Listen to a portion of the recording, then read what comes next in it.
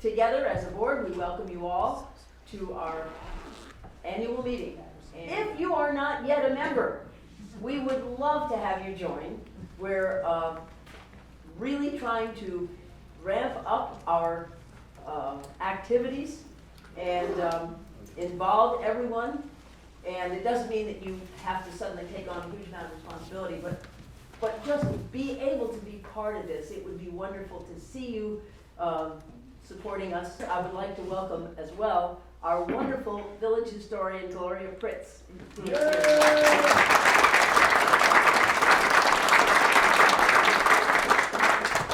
And I would very much like to thank the Women's Club for their hospitality in letting us meet here. We're very grateful to all of you, so thank you very much.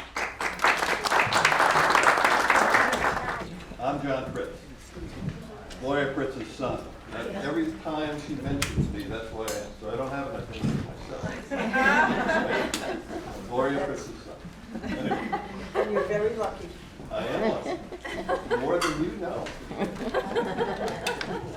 But anyway, thank you for coming, everybody. Members, friends, you just happened to wander in, you got lost and happened to show up, so welcome. We at the Mamaroneck Historical Society had stopped doing presentations at meetings. It's something that used to happen back in the day all the time. Every meeting had a presentation of some kind by members, by community members, by experts in whatever field they happen to want to talk about. And it could be 5 minutes, it could be an hour. We're looking for volunteers. Now, we're starting it up again. Some way, somehow, I was chosen as the first victim. Speaker. I was chosen as the first speaker, right?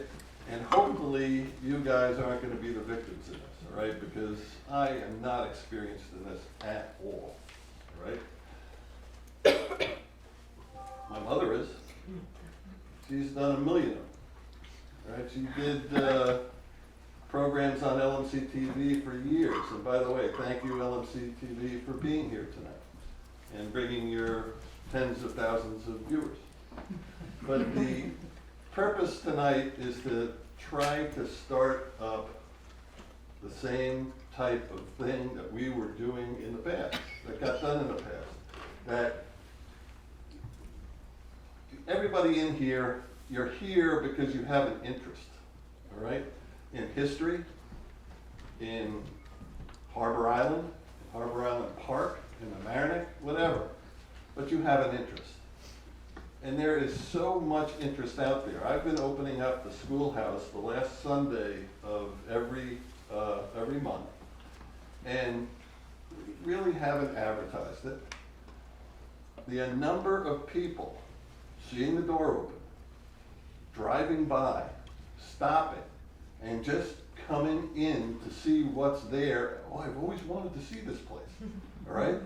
And the conversations that I've had with citizens in town, all right? People from as far away as Pelham, White Plains, and beyond is unbelievable.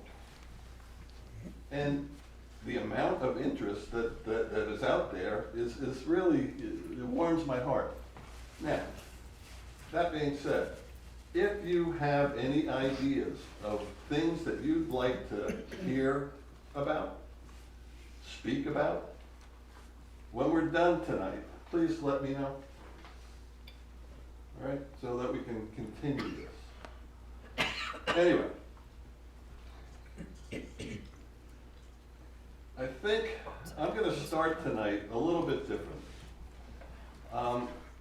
One of the aspects of Harbor Island that people are unaware of, and I bet you most people in this room are aware of, but there's some of us that aren't from here that probably don't know. So I'm going to ask you first, close your eyes. Everybody, close your eyes. all right? Now, Harbor Island is a broad subject. What I want you to do is make believe you're standing down at the post road, okay? Bottom of Fenimore Road, and look out towards the mouth of the harbor. And rid every modern aspect you can think of. No buildings, no boats, no cars, no roads. The cherry trees are gone. What do you see? Water. At high tide, you see water, all right? And as a matter of fact, let's take it a step further. Let's go back to 1600. Make believe you're looking in 1600 out there. What do you see? Indians. An occasional canoe maybe at high tide? Trees. Yeah. Definitely. Forest. But all that you're seeing is forest, trees, meadows, tall grass, all right? You know, no animals, no domestic animals anyway, except for maybe an Indian dog. But no horses, no oxen, no pigs, nothing like that. High tide, all you see is water, all right? And I'm talking about all the way to the mouth of the harbor. There was nothing there except for grass, rocks sticking out at high tide, nothing else. You know, a couple of high spots of mud. There really wasn't an island. Now, geologically, excuse me, this area is served by the Mamaroneck River, all right, in the East Basin, Guyan Creek, Otter Creek. Over here in the West Basin, what was there? Nothing. Any water that came off of the hill here, all right, where we're standing, towards the old town center, all right, it drained. There must have been brooks and creeks or something, but nothing much else. So, the West Basin, for all intents and purposes, was just a tidal marsh. Low tide, what did you see? Mud and grass and rocks. Nothing else. Plus a little sea life, little Well, hermit life, crabs. I'll give you clams, squirt that at low tide, I'll give you stuff like that without question. Without question. Right, but it was very shallow. You know, we're talking about an 8-foot, 8.5-foot tide, right? That's it. Otherwise, it was mud. A wetland. That's all. That's all. Now, that's the starting point, right? You know, you get an idea of what was there, and there was really nothing there, right? And you compare it to what you see today, and you go, oh, how'd that happen? All right? So the way I'm going to go about this is first looking at how the land changed. And then I'll go into a little bit of detail as to how our culture changed, right? Because as the land changed, all right, uses developed, business developed, all right, and all sorts of things happened, all right? But let's talk about the way the land changed first. Now, rumor has it that the island that was out there was called Quahog Island. What's Quahog? Clams. Huh? Clams? Clams. It's a clam. It's a type of clam. Now, there's some disagreement, and as I go forward, let me just say this. All right, I'm gonna get harumphs out of a lot of people. All right, I'm gonna get out of a lot of people. I'm gonna get all sorts of different reactions from people because what I'm about to say is my research, my opinion. And I don't care, and I'll give you a perfect example. Perfect example. Come up here. What does Mamaroneck mean? Where the fresh water meets the salt. That's the salt. It's the name of the chief, it depends on which side you're on. Wrong. It's not what you said, Bill, I know. all right? But everybody believes that, all right? Mrs. Severin, his third grade teacher, has told him that, and he says it constantly, all right? It was developed, and I'm getting, am I getting her up from Peter back there? No? Over here. Okay. Anyway, there was a map that was drawn by an English surveyor, all right, in the 1700s, that described a place where there was a waterfall on the Mamaroneck River, and on it he said, this is where the salt water, the fresh water meets the salt. And somebody got the bright idea, oh, what's right next to where it says Mamaroneck River, and that must be what it means. No, he was just describing the spot, all right? And chances are, what it meant in Algonquin, right, is a gathering place, or a meeting place, all right? That's probably what it means. No one's positive. Quahog Island, it's the same deal. I guarantee you, there was an English dude, maybe it was John Richbell, all right? Could have been John Richbell, all right? That was talking to Chief Mamaroneck, all right?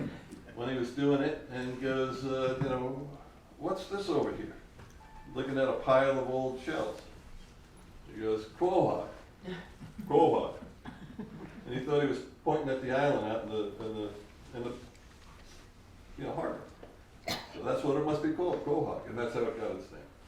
That's my story. You can take it. There's another story, though. There's another story.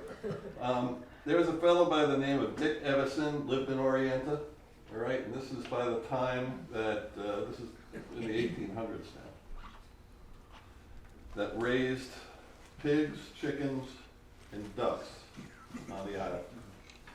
And that's what, and hogs.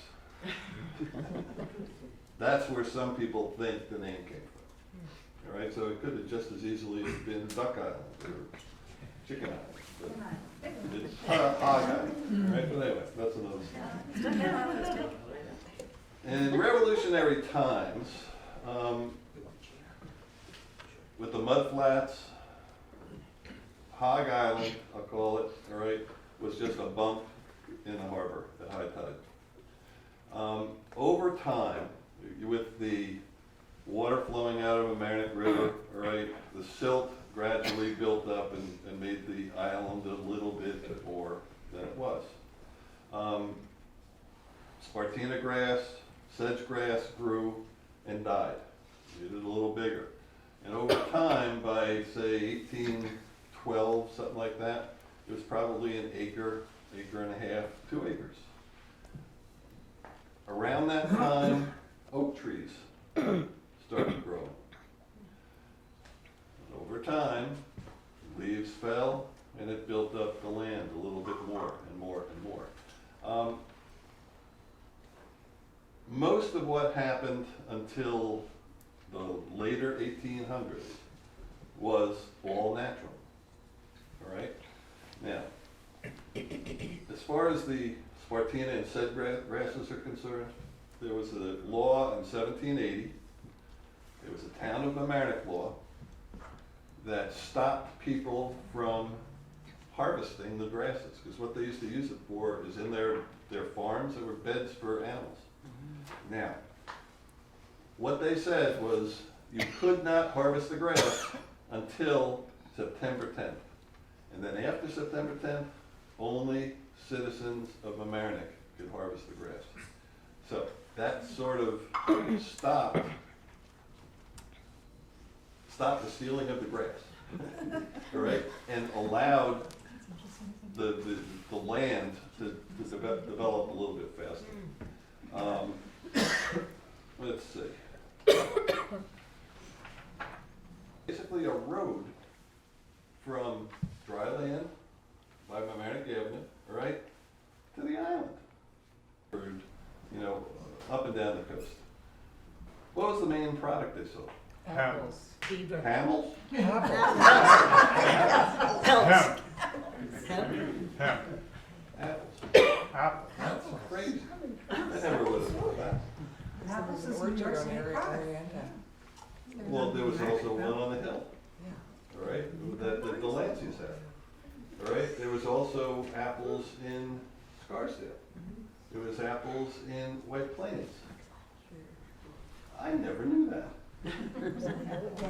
Huh? I know it now, yes. But I found that very surprising, right? Obviously, you were taught that in school. Is that correct? Or you just knew that? Come on, answer. What? No. Who are you talking about? You don't know? Where'd you learn that? Here. Here? Centennial. It was in that? Yeah. It was apples, yeah. Well, I was 9 at the time, so I probably didn't read that. The tricentennial book? I'll repeat what I said. I was 9 at the time. I didn't read it. Anyway. All right, I'll ask you a question. Who owned the island? Wasn't in the book? Merritt and somebody in Merritt. No, that was later. Okay. The guy who built the causeway? In 1820, all right, it was owned by a fellow named Caleb Haynes, all right? Now, and he kept ownership through his family until 1861, and that's a name that I've never heard, all right? I thought that was interesting. Sidewheel ships, steamships, started coming into the harbor. After 1840, right?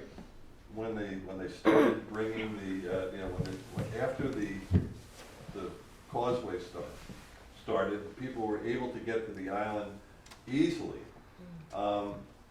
They built a dock right off of where the beach is now, all right? And a lot of products came in and out. All right, what was the main product coming in? Wrong. No. You read the book. Coal. The heat house? Right. And there's a map that's how do you spell Haynes? H-A-I or H-A-Y? H-A-I-N-E-S. Brewers was owned by Haynes before he ran a coal facility. That's on one of there's like the Really? When did Brewers, Brewers bought it in the 1870s, like 1879, but there's like a 67 map that says Haynes had a coal and lumber yard. there you go. That makes all the sense in the world. There you go. There you go. Glad I looked at that map recently. That's, Did you tell us what was delivered here? Oh, Here. coal. Oh, to the brewers, yeah. It's,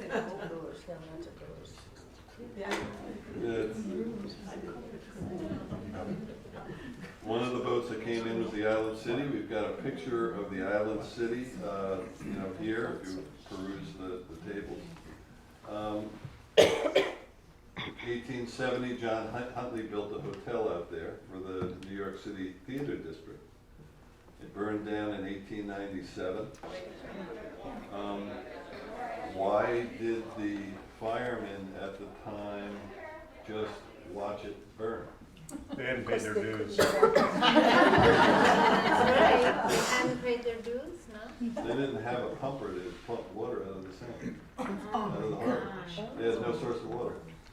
Right, and that hotel was kind of interesting because there was a shack that existed there prior to it, and it was built over the shack, and apparently the second floor was held up by the roof of the shack. There were boats on the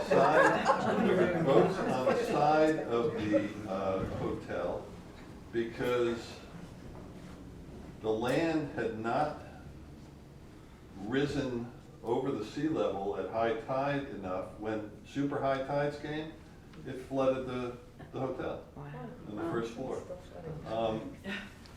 you know, which is kind of, you know, I'd never considered anything like that, but that, it happened. And they had boats to take their customers and employees off the island. Now, which brings me to a personal note, and I'm gonna get myself into trouble. I hope my mother doesn't send me to my room.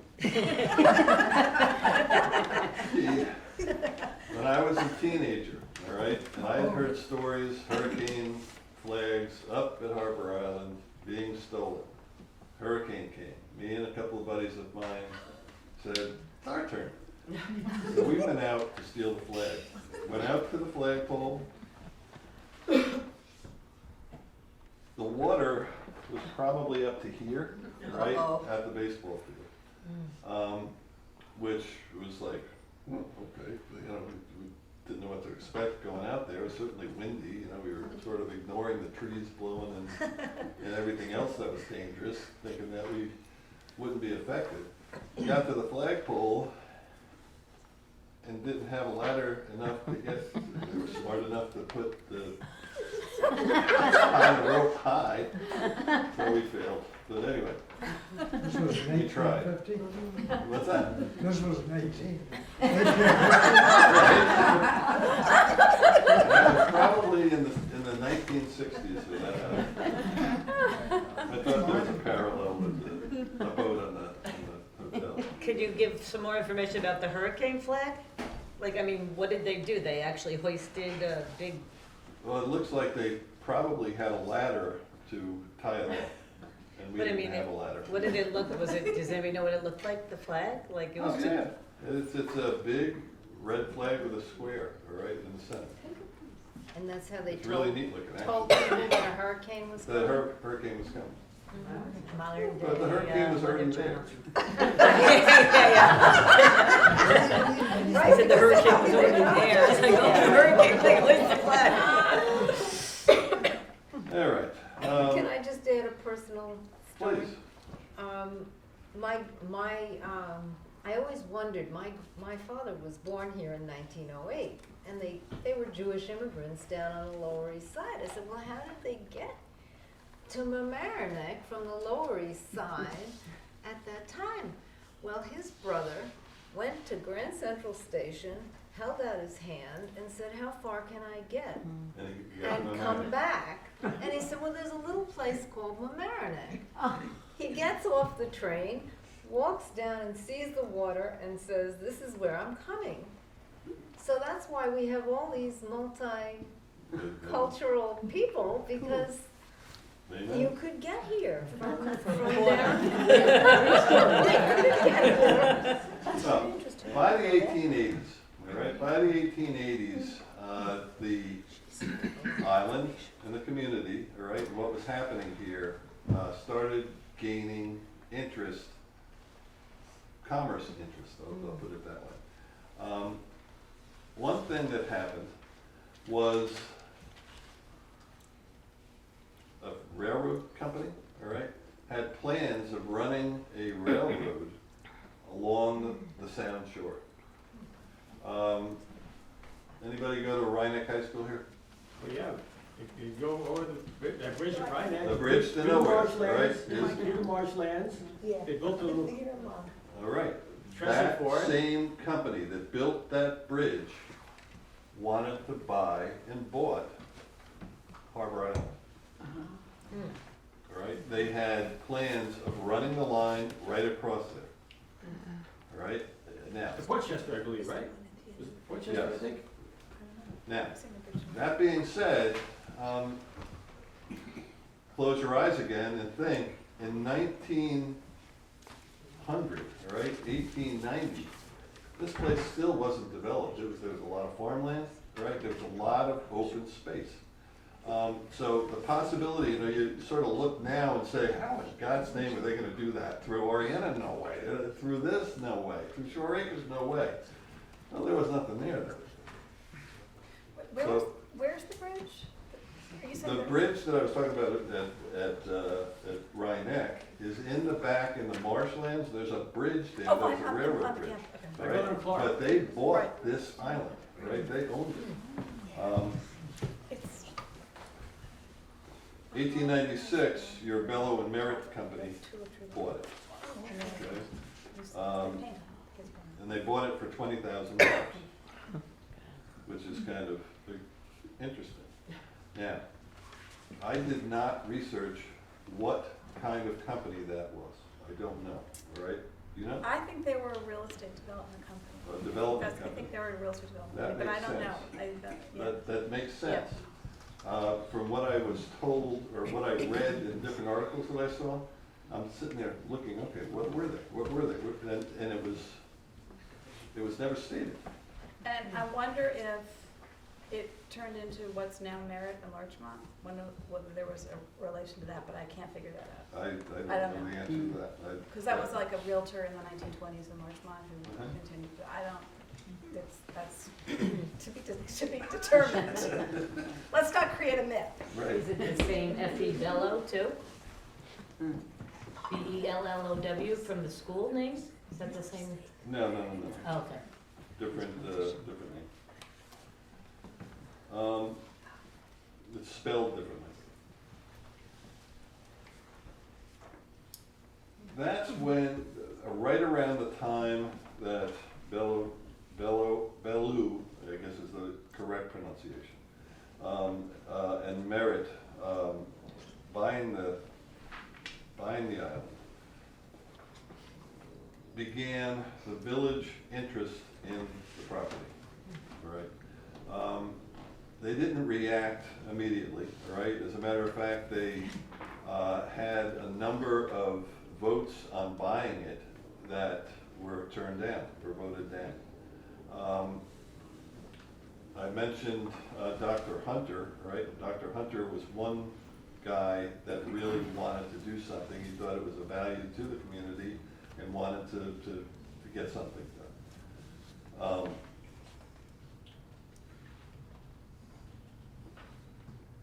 They eventually bought the island for $69,125. I'm going to quote something that my mother wrote. She said it was the best money spent by the village ever. Was the best 69,000.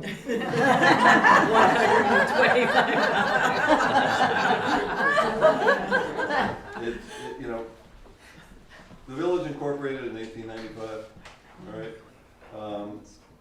Thomas Rushmore, Henry Fatton. Thomas Rushmore was the president. Henry Fatton was a trustee, Sidney Griffin, Theodore Van Armoring. All names that are familiar to people that are familiar with Mamaroneck history. Or just drive a car. It's true. They're all names that we've been involved with. Now, the Harbor Committee, Village Harbor Committee, all right, was Dr. John Hunter, Jack Lenahan, a Mr. Goodwin, and a Mr. McCardle.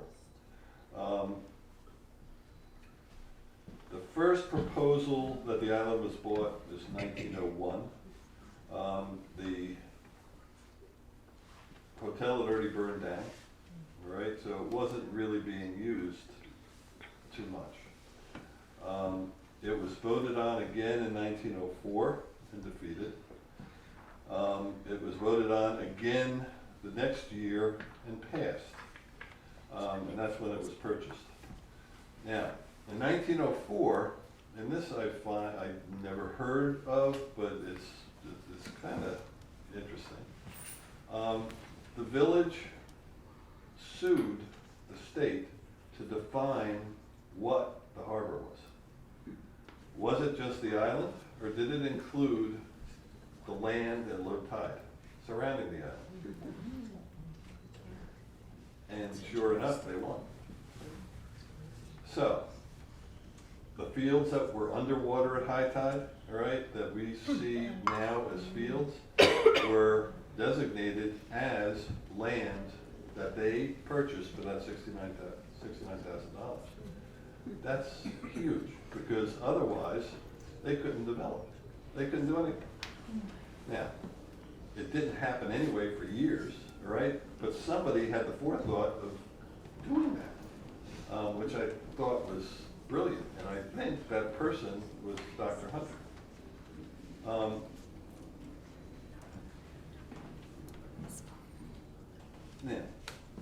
we're here at the Women's Club. Women's Club became a Women's Club, Alice, in 25? 1925, yes. 1925, all right. Prior to that, they were called the VIA, the Village Improvement Association. All right.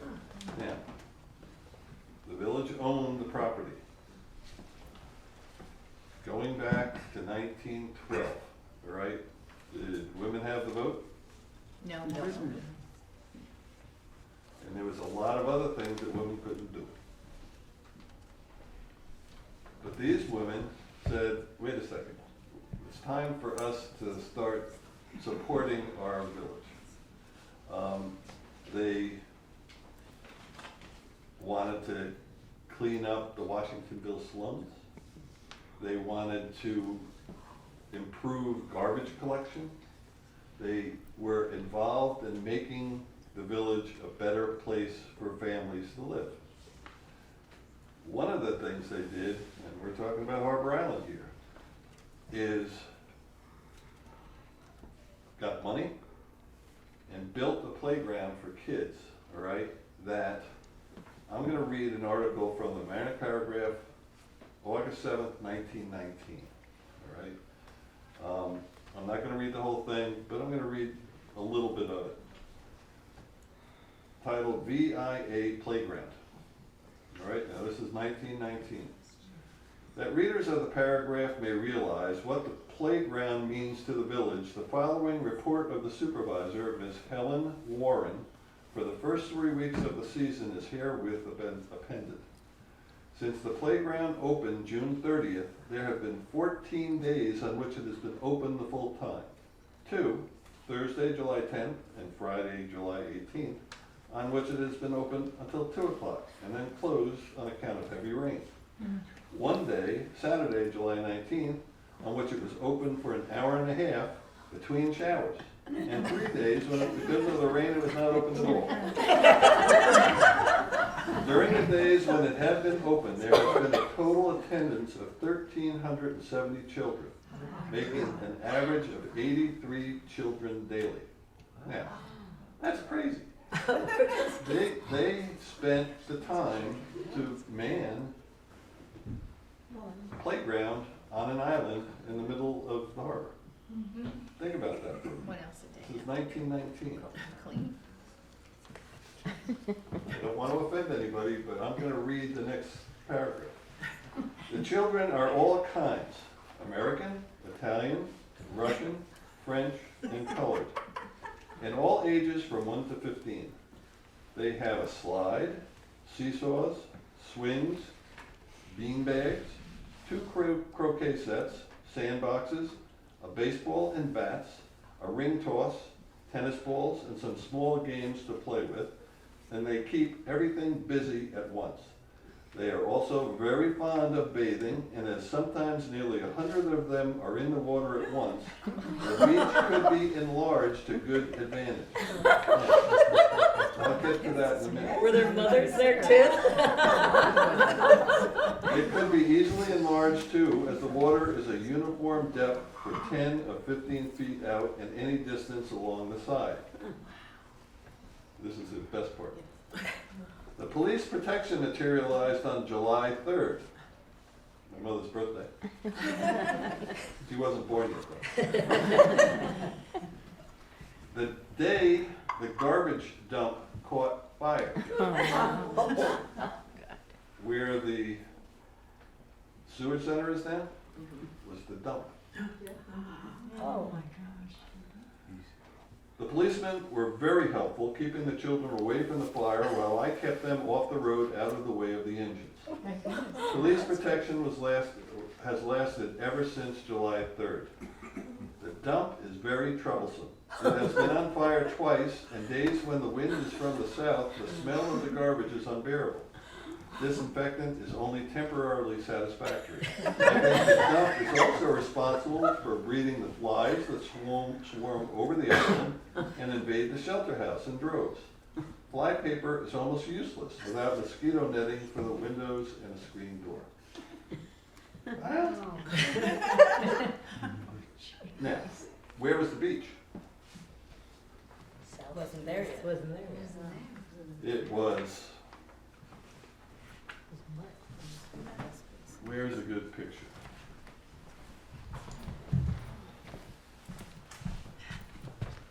This is an island showing the causeway. This had been developed more. The beach was right there. It's on this side of the island. But it went to Yeah, this 15 feet. This would be right here. You can see it in this picture.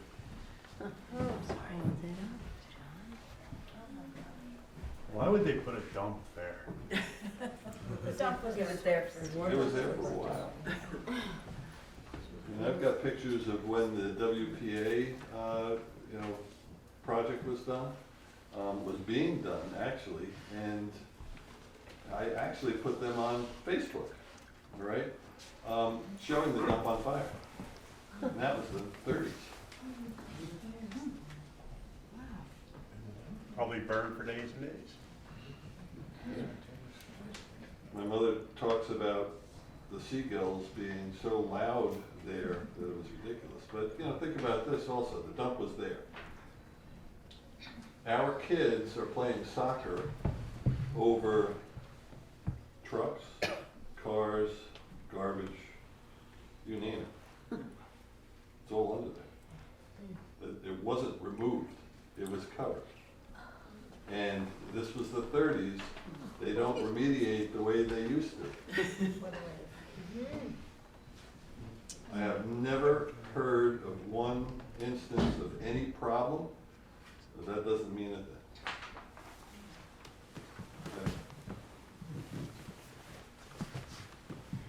Anyway, Hog Island grew and grew and grew and grew. All right.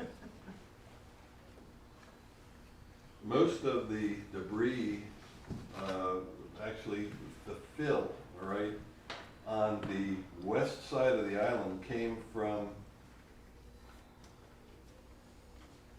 building the subways in New York City. Just so you know, interesting fact.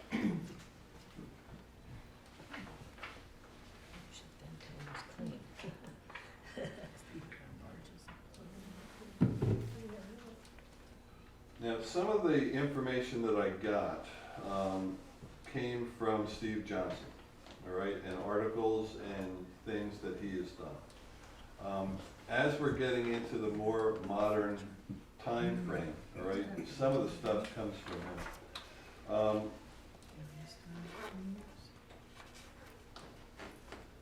Let me just mention this. The Oriental Beach and Yacht Club, a group went by bus with village officials to to Washington D.C. to try to get help in dredging, government help in dredging, and they were successful. And I just wanted to mention that because I skipped over it earlier. When was that? Sorry? When was that, Joe? It was in 1910, 11.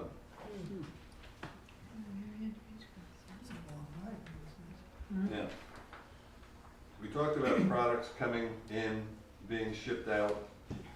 There was all sorts of trolleys coming from White Plains, down Mamaroneck Avenue, New Rochelle on Palmer Avenue. But you just No, that's how I traveled with my mother from Mamaroneck to see my grandparents in Mount Vernon, always the trolley. There's also one on Halsted Avenue going to Rye and Portchester. There was also one on the Post Road for a certain section. I found one article that I found kind of interesting that described how farmers, all right, and manufacturers later would line up to ship their products out of by boat, by the steamships, from Hog Island. Down to the harbor. And they would just line up, right, all the way down the causeway, which was, you know, you sit there and you go, Jesus, it was big business.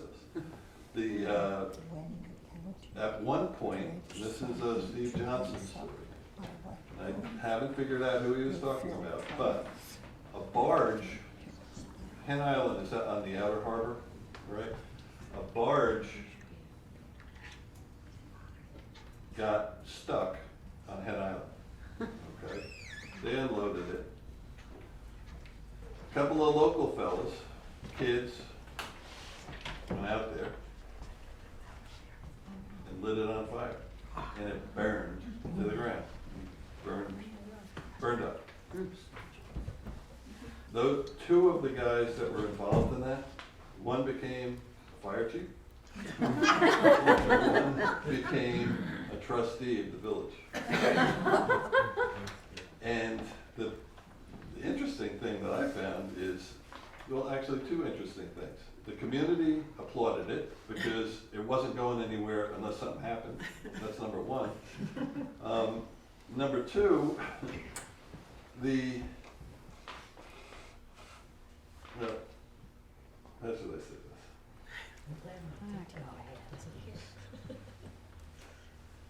Apparently, the police could not find these kids because it was so long ago, there was no batteries, they had no lights to search for them.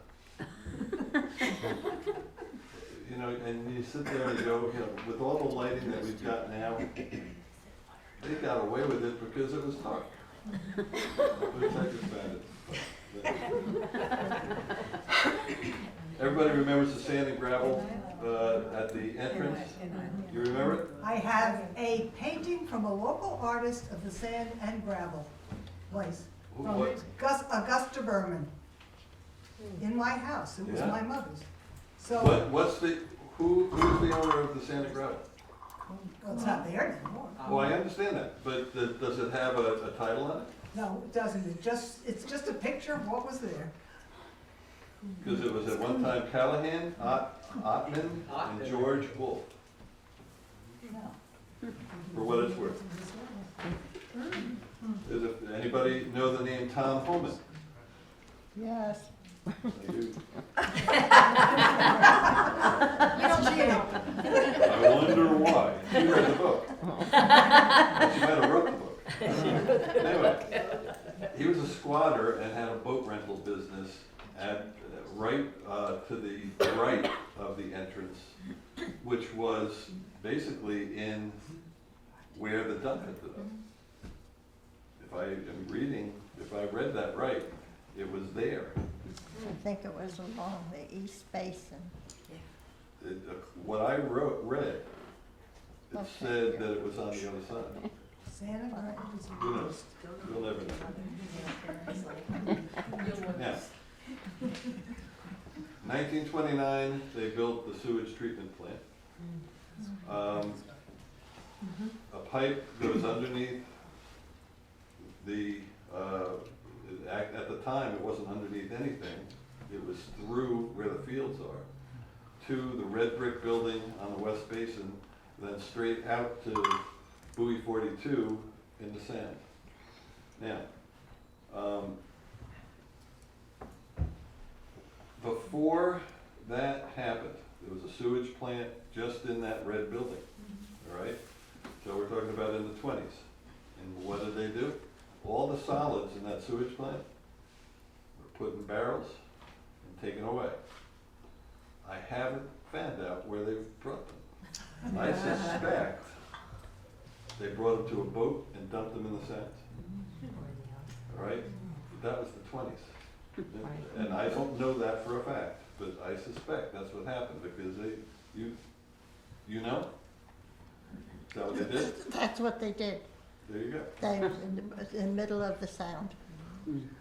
1921, the Memorial Grove was built near the beach for the veterans that died during World War I. And the reason I bring that up is personal. all right? The pedestal and for the cannon that was in the middle of that was built by my grandfather, and Anthony Push. Yes.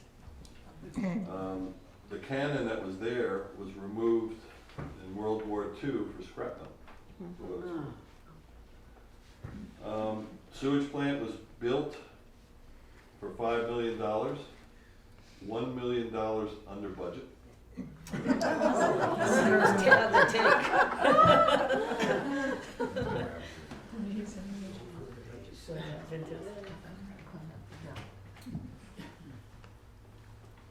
I'm going to end there. Does anybody have, I've got some other things, but I think they'd be better served in a different discussion, right? So I'm gonna stop there. Anybody have any questions?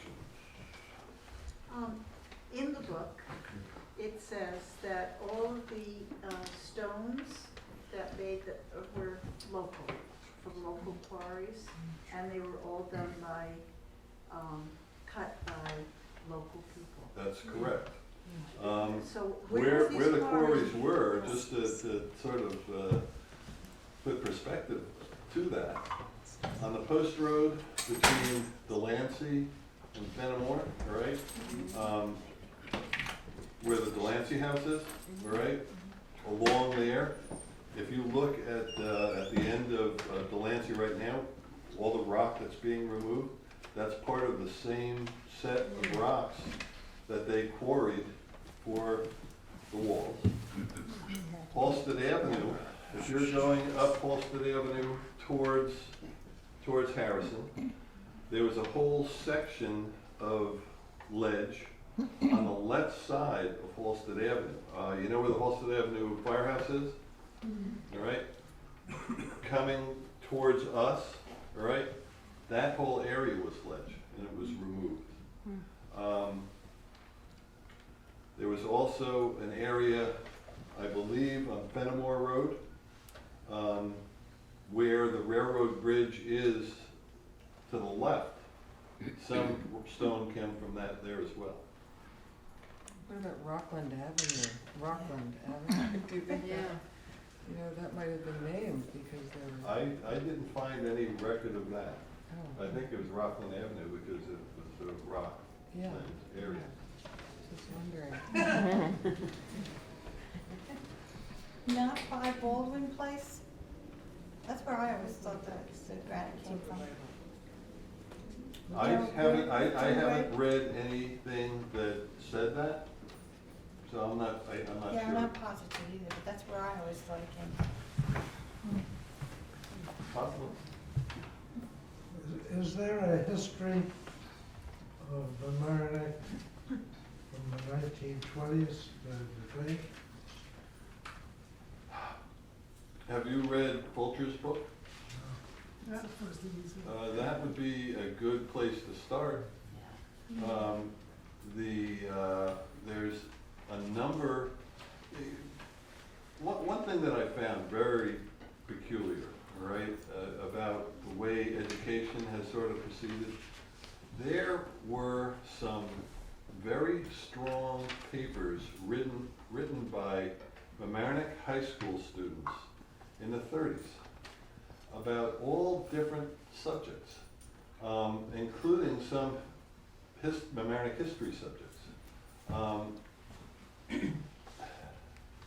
We're, as a society, as a historical society, are trying to get, when I'm working on this, trying to get what we have in our archives digitized and put online so that everybody can see. We've got so much stuff of interest. We want to share it with everybody.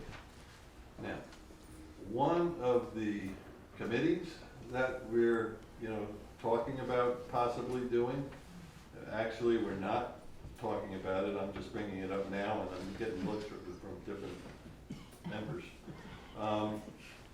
We're going to need help doing that. But I think it would be a good thing to do, because between The Historical Society archives and the village archives, there's a ton of stuff. There's a ton of stuff. You referred to there being absolutely nothing in the harbor in the 1600s. Doesn't the Richville burial ground date from the 1650s right along the harbor? I in said Orienta? 1600, not the 1600s. I wanted to get to a point where there was no European influence at all. Now, sort of an interesting question because the Dutch were in New York City for a long time, but they concentrated on the Hudson River, all right? They didn't come this way, all right? The Indians were here. As a matter of fact, there was a big battle in Yonkers. The Dutch and whatever tribe was there at the time, and they slaughtered a lot of people. John, you made reference to high school students in the 30s being very interested and active and whatnot in history. And I just want to tell you that I've been over to the high school and met with the chair of the social studies department and with various high school students that are absolutely passionate about Mamaroneck history and can't figure out a way to be involved. You know, we're trying to figure that out through our membership as well. And at the Jubilee, when we reached out to the high schools, both Rhinebeck High School and Mamaroneck High School, did people want to be involved? Every single activity there was run by high school students. So, you know, I think your point about the archive, since they do everything digitally at this point, but, you know, the kids really want access and involvement in their community. They're passionate about it. I couldn't agree more, and we've got to find a vehicle to take advantage of that. Yeah. There's so many subjects out there that they could concentrate on. You know, getting them involved enough to have the training to research things and actually present them, I think is huge. Yeah. Might be a And good- I think we've lost some of that. Might be a good summer internship program. Yeah. You know, Gail has been great in getting kids involved. We just gotta find the right vehicle. You have to go to the bathroom? Go ahead. No, little boy, once you start doing the research, it is just so interesting that you just want to continue. You want to write, you want to look further into it. It just gets you going. Yeah, I agree. Couldn't agree with you more. You found that out. We did a playground at Flint Park, and when they dug there, I had all these bottles. And it's funny, because on eBay, I was trying to find one of these Sunsweet prune juice. It was round. My daughter recycled them, because she was trying to clean up. But anyway, I guess, so like you're saying, is there any artifacts like that came out of any of this, or no? It's all still down there? Not out of this, because this was all natural, right? You know, I guess if you dug into where the dump was, That's you'd what I find mean, yeah, some the stuff, dump. right? But there has been searches on Heathcote Hill, for instance, all right? If you go into the schoolhouse, there's a display there. If you go to the town center, there's a display there of things that have been found on Heathcote Hill. Old stuff. It was right on this property, that much was found. Right. Yeah, by the Historical Society about, I don't know, 5 years ago. Well, you know what we found? Peter and Mike and myself got an old map and had the location of the Delancey house. And at the time, the Delancey house was the only house on this whole section from Rockland Avenue to Fenimore Road. Heathcote Hill. He owned so He owns the whole section. Oh, it's a farm. Well, we found where the foundation was, all right? And it's right outside, half of it is on this property, right out here, and half of it is on the next door property. And you know, we're sitting there that day, and going, boy, if I was gonna build a house, it would be right here. Yeah. Which is like, you know, you think about it, and Peter, as a matter of fact, goes, well, the skirmish at Heathcote Hill, right, happened here, right? Let's look to see where the school where Rogers actually made his headquarters, which was the first schoolhouse at the corner of Oriana Avenue and Old White Plains Road. And it was obvious that it's not that far. And they ran from there here, he ran from there to here to help the loyalists basically not get massacred. And organized this guy and fought the Americans off. And it just gives you like a perspective of, holy mackerel. So that, he went there, we went there. Peter also spoke at length of where the Americans came from White Plains down Weaver Street and where they crossed the ridge to Monroe Avenue, where the first scout was, the first, person, and that was there. And that 750 troops passed right by my old house where we lived on Rockland Avenue. And you sit there and go, what? And that's where they went. They came down Rockland, Way up. yes, off Weaver. Right. But, they probably went right by Walters.